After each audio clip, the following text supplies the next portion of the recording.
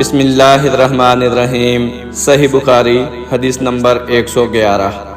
حضرت جحیفہ کہتے ہیں کہ میں نے حضرت علی رضی اللہ تعالی عنہ سے پوچھا کیا تمہارے پاس کوئی اور بھی کتاب ہے؟ انہوں نے فرمایا کہ نہیں، مگر اللہ کی کتاب قرآن مجید ہے، یا پھر فہم ہے جو وہ ایک مسلمان کو عطا کرتا ہے، یا پھر جو کچھ اس صحیفے میں ہے۔ میں نے پوچھا اس صحیفے میں کیا ہے؟ انہوں نے فرمایا دیت اور قیدیوں کی رہائی کا بیان ہے، اور یہ حکم کہ مسلمان کافر کے بدلے قتل نہ کیا جائے۔ صحیح بخاری حدیث نمبر 112۔ قبیلہ خزاعہ کے کسی شخص نے بنو لیث کے کسی آدمی کو اپنے کسی مقتول کے بدلے میں مار دیا تھا۔ یہ فتح مکہ والے سال کی بات ہے۔ رسول اللہ صلی اللہ علیہ وآلہ وسلم کو یہ خبر دی گئی۔ آپ نے اپنی اونٹنی پر سوار ہو کر خطبہ پڑھا اور فرمایا کہ اللہ نے مکہ سے قتل یا ہاتھی کو روک لیا۔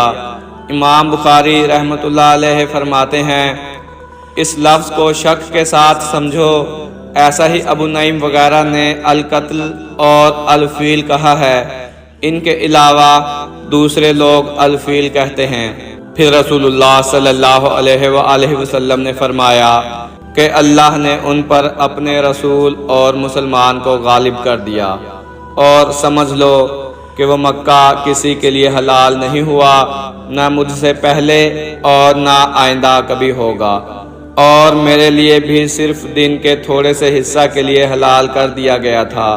سن لو کہ وہ اس وقت حرام ہے، نہ اس کا کوئی کانٹا توڑا جائے، نہ اس کے درخت کاٹے جائیں، اور اس کی گری پڑی چیزیں بھی وہی اٹھائے جس کا منشا یہ ہو کہ وہ اس شے کا تعارف کرا دے گا۔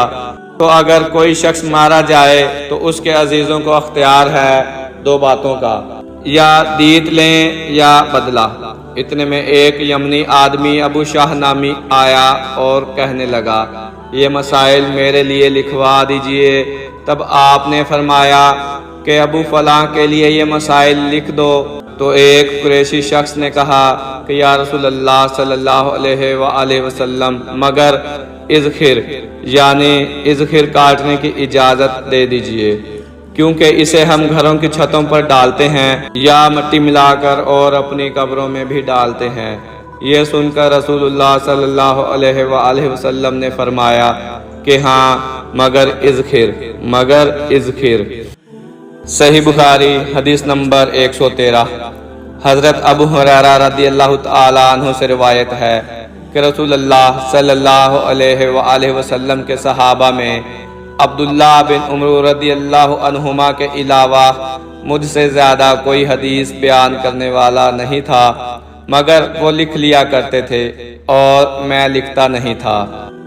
صحیح بخاری حدیث نمبر 114۔ جب نبی کریم صلی اللہ علیہ وآلہ وسلم کے مرض میں شدت ہو گئی تو آپ صلی اللہ علیہ وآلہ وسلم نے فرمایا کہ میرے پاس سامان کتابت لاؤ تاکہ تمہارے لیے ایک تحریر لکھ دوں، تاکہ بعد میں تم گمراہ نہ ہو سکو۔ اس پر حضرت عمر رضی اللہ تعالی عنہ نے لوگوں سے کہا کہ اس وقت آپ صلی اللہ علیہ وآلہ وسلم پر تکلیف کا غلبہ ہے، اور ہمارے پاس اللہ کی کتاب قرآن موجود ہے جو ہمیں ہدایت کے لیے کافی ہے۔ اس پر لوگوں کی رائے مختلف ہو گئی اور شور و گل زیادہ ہونے لگا۔ آپ صلی اللہ علیہ وآلہ وسلم نے فرمایا میرے پاس سے اٹھ کھڑے ہو، میرے پاس جھگڑنا ٹھیک نہیں۔ اس پر ابن عباس رضی اللہ عنہما یہ کہتے ہوئے نکل آئے کہ بے شک مصیبت بڑی سخت مصیبت ہے، وہ چیز جو ہمارے اور رسول صلی اللہ علیہ وآلہ وسلم کے اور آپ کی تحریر کے درمیان حائل ہو گئی۔ صحیح بخاری حدیث نمبر 115۔ ایک رات نبی کریم صلی اللہ علیہ وآلہ وسلم نے بیدار ہوتے ہی فرمایا کہ سبحان اللہ، آج کی رات کس قدر فتنے اتارے گئے ہیں اور کتنے ہی خزانے بھی کھولے گئے ہیں۔ ان حجرہ والیوں کو جگاؤ، کیونکہ بہت سی عورتیں جو دنیا میں باریک کپڑا پہننے والی ہیں وہ آخرت میں ننگی ہوں گی۔ صحیح بخاری حدیث نمبر 116۔ حضرت عبداللہ بن عمر رضی اللہ عنہما نے فرمایا کہ آخر عمر میں ایک دفعہ رسول اللہ صلی اللہ علیہ وآلہ وسلم نے ہمیں عشاء کی نماز پڑھائی۔ جب آپ صلی اللہ علیہ وآلہ وسلم نے سلام پھیرا تو کھڑے ہو گئے اور فرمایا کہ تمہاری آج کی رات وہ ہے کہ اس رات سے 100 برس کے آخر تک کوئی شخص جو زمین پر ہے وہ باقی نہیں رہے گا۔ صحیح بخاری حدیث نمبر 117۔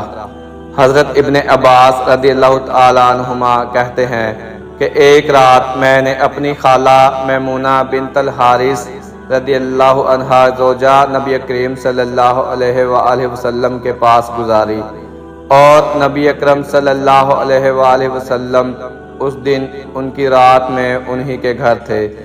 آپ صلی اللہ علیہ وآلہ وسلم نے عشاء کی نماز مسجد میں پڑھی، پھر گھر تشریف لائے اور 4 رکعت نماز نفل پڑھ کر آپ سو گئے۔ پھر اٹھے اور فرمایا کہ ابھی تک یہ لڑکا سو رہا ہے، یا اسی جیسا لفظ فرمایا۔ پھر آپ نماز پڑھنے کھڑے ہو گئے اور میں بھی وضو کر کے آپ کی بائیں جانب کھڑا ہو گیا، تو آپ صلی اللہ علیہ وآلہ وسلم نے مجھے دائیں جانب کھڑا کر لیا۔ تب آپ صلی اللہ علیہ وآلہ وسلم نے 5 رکعت پڑھیں، پھر 2 پڑھیں، پھر آپ صلی اللہ علیہ وآلہ وسلم سو گئے، یہاں تک کہ میں نے آپ صلی اللہ علیہ وآلہ وسلم کے خراٹے کی آواز سنی۔ پھر آپ کھڑے ہو کر نماز کے لیے باہر تشریف لے آئے۔ صحیح بخاری حدیث نمبر 118۔ حضرت ابو ہریرہ رضی اللہ تعالی عنہ سے روایت ہے کہ لوگ کہتے ہیں کہ ابو ہریرہ رضی اللہ عنہ بہت حدیثیں بیان کرتے ہیں، اور میں کہتا ہوں کہ قرآن میں 2 آیتیں نہ ہوتی تو میں کوئی حدیث بیان نہ کرتا۔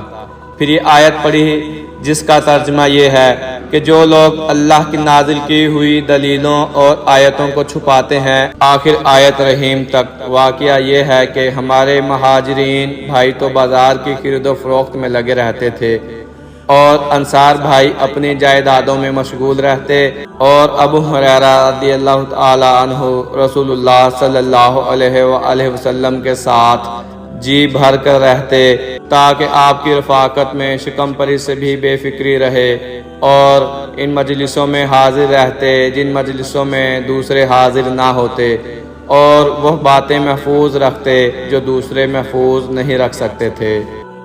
صحیح بخاری حدیث نمبر 119۔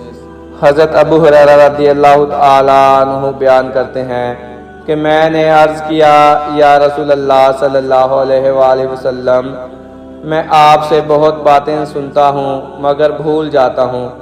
آپ صلی اللہ علیہ وآلہ وسلم نے فرمایا اپنی چادر پھیلاؤ۔ میں نے اپنی چادر پھیلائی۔ آپ صلی اللہ علیہ وآلہ وسلم نے اپنے دونوں ہاتھوں کی چلو بنائی اور میری چادر میں ڈال دی۔ فرمایا کہ چادر کو لپیٹ لو۔ میں نے چادر کو اپنے بدن پر لپیٹ لیا، پھر اس کے بعد میں کوئی چیز نہیں بھولا۔ صحیح بخاری حدیث نمبر 120۔ حضرت ابو ہریرہ رضی اللہ تعالی عنہ کہتے ہیں کہ میں نے رسول اللہ صلی اللہ علیہ وآلہ وسلم سے علم کے 2 برتن یاد کر لیے ہیں، ایک کو میں نے پھیلا دیا ہے، اور دوسرا برتن اگر میں پھیلاؤں تو میرا یہ نرخرا کاٹ دیا جائے۔